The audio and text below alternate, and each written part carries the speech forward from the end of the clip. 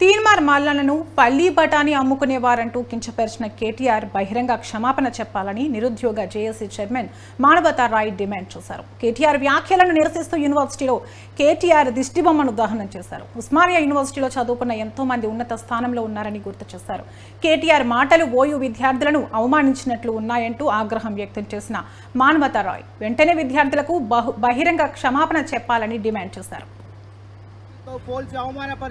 విద్యాలయాల్లో చదివిన విద్యార్థుల్ని ఘోరంగా అవమానపరిచిన కేటీఆర్, విశ్వవిద్యాలయాల్లో చదివిన విద్యార్థుల్ని ఘోరంగా అవమానపరిచిన కేటీఆర్, విశ్వవిద్యాలయాల్లో చదివిన విద్యార్థుల్ని పల్లి బఠానీలతో పోల్చిన కేటీఆర్, విశ్వవిద్యాలయాలతో పోల్చిన కేటీఆర్, విశ్వవిద్యాలయాల్లో చదివిన విద్యార్థుల్ని పల్లి బఠానీలతో పోల్చిన కేటీఆర్, విశ్వవిద్యాలయాల్లో చదివిన విద్యార్థుల్ని పల్లి.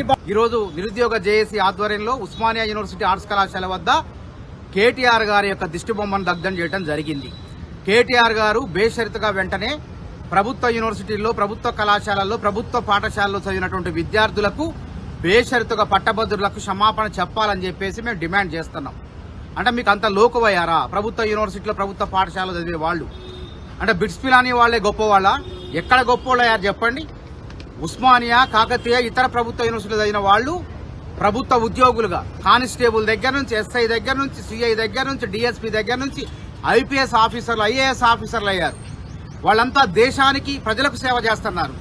అదేవిధంగా రాజకీయ నాయకులుగా ఎంతో మంది దేశాన్ని ఏలారు. పివి నరసింహారావు గారు ప్రధానమంత్రిగా ఉస్మానియా యూనివర్సిటీ బిడ్డ. అదేవిధంగా ధర్మసింగ్ కర్ణాటక ముఖ్యమంత్రి ఇక్కడ చదువుకున్నటువంటి బిడ్డ. అదేవిధంగా మరి లోక్సభ స్పీకర్లు అయ్యారు. కేంద్ర మంత్రి, మాజీ మంత్రి జైపాల్ రెడ్డి గారు ఉత్తమ పార్లమెంటరీలుగా సేవలందించారు, కేంద్ర మంత్రిగా సేవలందించారు.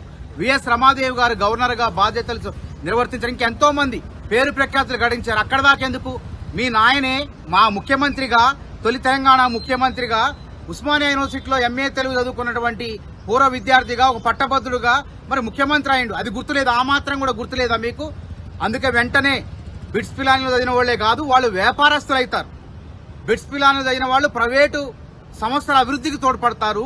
గవర్నమెంట్ యూనివర్సిటీలో అయిన మల్లన్న లాంటి వాళ్లు ప్రజాసేవ చేస్తారని తెలియజేస్తూ వెంటనే క్షమాపణ చెప్పకపోతే ఊరుకోమని చెప్పి హెచ్చరిస్తుంది.